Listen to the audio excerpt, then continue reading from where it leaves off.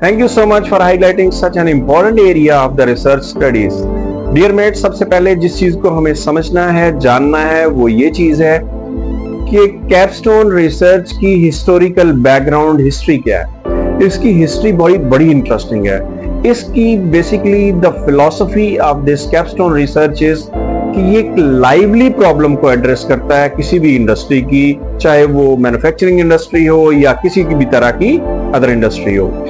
तो current issues को address करने का जो फॉर्मेट यूज किया जाता है that is called a research in the capstone pattern. तो इसकी जो बेसिकली फिलॉसफी और इसका जो बैकग्राउंड है वो इस तरह से कुछ शुरू किया गया कि कुछ इंटरनेशनली इंडस्ट्रीज अप्रोच करती हैं टू द एजुकेशनल इंस्टीट्यूशंस को, ताकि उनके प्रॉब्लम्स को स्टूडेंट्स लाइवली अपने रिसर्च एफर्ट्स से एड्रेस करें, या फिर इंटरनेशनली कुछ एजुकेशनल इंस्टीट्यूशंस अप्रोच करते हैं टू दी इंडस्ट्रियल जोन को, ताकि उनके स्टूडेंट्स की एफर्ट्स को लाइवली एड्रेस करने के लिए वहां पे लेके जाया जाए, ताकि उनका इंडस्ट्रियल एक्सपोजर भी बढ़े और वो उनके प्रॉब्लम्स भी सॉल्व करें और लिटरेरी ऑब्जेक्टिव्स को भी, आउटकम्स को भी हाईलाइट करके उनके रिसर्च आउटकम्स के तौर पे कल को आने वाले उनके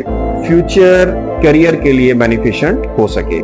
तो this was the basically the fundamental zone of the research methodology, research philosophy of the capstone research. अब आते हैं कि इसमें बहुत सारी प्रॉब्लम्स हैं, बहुत सारे इश्यूज हैं। कॉमन इश्यूज के ऊपर आज हम बात करेंगे।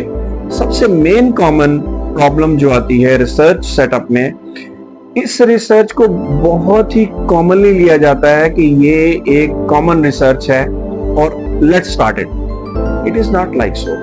इसमें डियर मेट्स, इसमें चार चीजों को बहुत ही जरूरी तौर पे आपने हाईलाइट करना है अपने दोस्तों के दरमियान और फिर इस रिसर्च को स्टार्ट करना है। आपने जिस इंडस्ट्री को भी सबसे पहले टारगेट करना है for the sake of something the research issues, उसमें चार चीजें आपने मेनली देखनी है।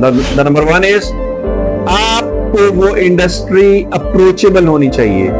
सेकेंडली, आपके लिए वो एरिया फिजिबल होना चाहिए। थर्डली, वो एरिया रिसर्चेबल होना चाहिए। एंड फोर्थली, वो एरिया जिसमें आप रिसर्च लॉन्च कर रहे हैं वो रीचेबल होना चाहिए। माय डियर फेलोज, अगर ये चार चीजें आपकी कंप्लीट हो जाती हैं तो उसके बाद ये रिसर्च आप स्टार्ट कर सकते हैं। अगर इन चारों में से एक चीज भी कम होती है तो आप इस रिसर्च को कंटिन्यू नहीं कर पाएंगे, बिकॉज जो चीज आपकी रीच में नहीं है, अप्रोच में नहीं है, फिजिबल ही नहीं है, तो वो होगी कैसे।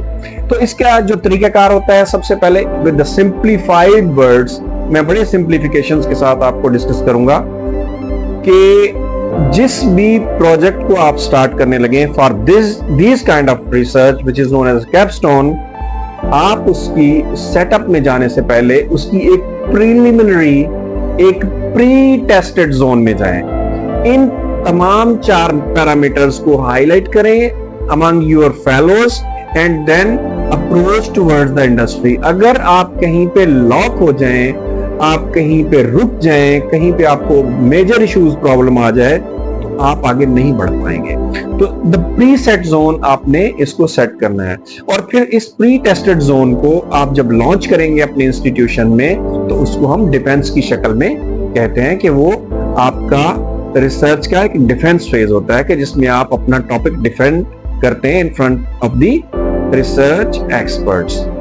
अब हम आते हैं इसके main and other areas, weak areas की तरफ, जिसमें स्टूडेंट्स और बहुत सारे ऐसे पढ़े लिखे लोग भी गलतियां करते हैं।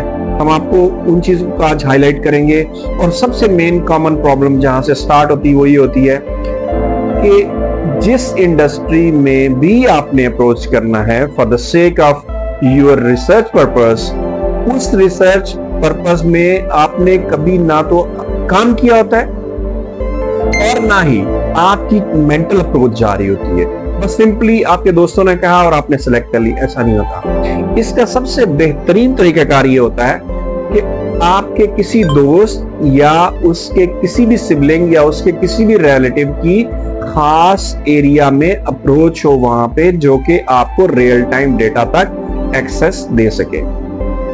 यहां तक ये बात समझनी बहुत जरूरी है कि अगर आपका कोई लिंकेज वगैरह एस्टेब्लिश नहीं होता उस इंडस्ट्री में, तो आपको real time problem, real time data की तरफ आने कोई भी नहीं देगा। So this is the biggest issue for you. आपकी रिसर्च रुक जाएगी और आपको समझ नहीं आएगी और आप फिर इसको मैनिपुलेशन की तरफ ले जाएंगे या फेक डाटा आप हासिल करने की कोशिश करेंगे। This is a very common issue and it is being practised. Mostly लोग इसमें फंस जाते हैं और फिर यहां ही आके उनको प्रॉब्लम आती है। तो यहां आपने ये करना है कि आपके जो भी ग्रुप मेंबर्स सेलेक्ट हों, उसमें सबसे पहले कोशिश करें आपके रिसर्च ग्रुप मेंबर्स में एक मेंबर कम से कम ऐसा हो जिसकी खास अप्रोच हो उस इंडस्ट्री तक, ताकि real time problems and issues तक आपकी इनिशियल एक्सेसिबिलिटी को मुमकिन बनाया जा सके। And the second one, the very big issue, बहुत ही मेजर इशू, एक जैसे दोस्त आपस में मिलके जब ग्रुप बनाते हैं तो उसमें तमाम अगर थ्योरेटिकल फॉर्मेट के एक्सपर्ट्स हैं तो वो स्टैटिस्टिकल एनालिसिस में जाने के बाद फंस जाते हैं।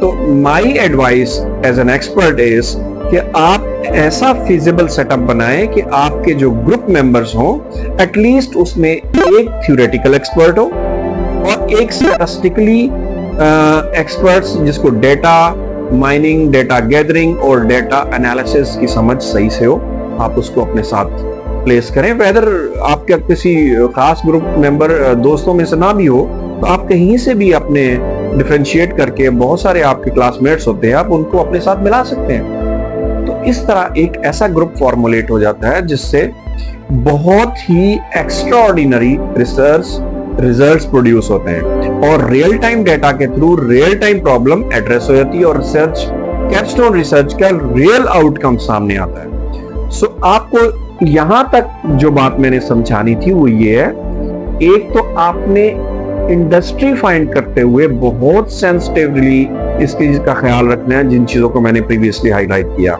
सेकेंडली, ग्रुप मेंबर्स बनाते हुए इन तमाम चीजों का ख्याल रखना है जिन चीजों को मैंने आपको बताया कि डेटा एक्सपर्ट होना चाहिए, थ्योरेटिकल एक्सपर्ट होना चाहिए और एक मेंबर एटलीस्ट जिसकी अप्रोच, जिसकी रीच उस इंडस्ट्री तक हो जहां पे आप अप्रोच कर रहे हैं या अपनी रिसर्च को इनिशियलाइज कर रहे हैं। तो ये वो बड़े ही बेसिक फंडामेंटल पॉइंट्स होते हैं जब आप रिसर्च डिफेंस में जाने से पहले आपको ये सारे काम करने पड़ते हैं।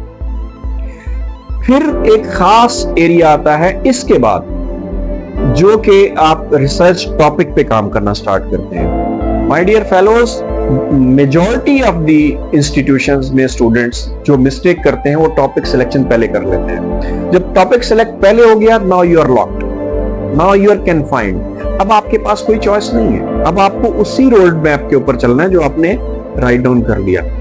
तो टॉपिक सिलेक्शन आपकी एटलीस्ट फ्लेक्सिबल होनी चाहिए। जैसे जैसे आपकी रिसर्च आगे बढ़ती जाएगी आप उस चीज को साथ साथ टॉपिक को अपने को रिफाइन करके सेटल करते जाएंगे with respect to the research problem and research gaps.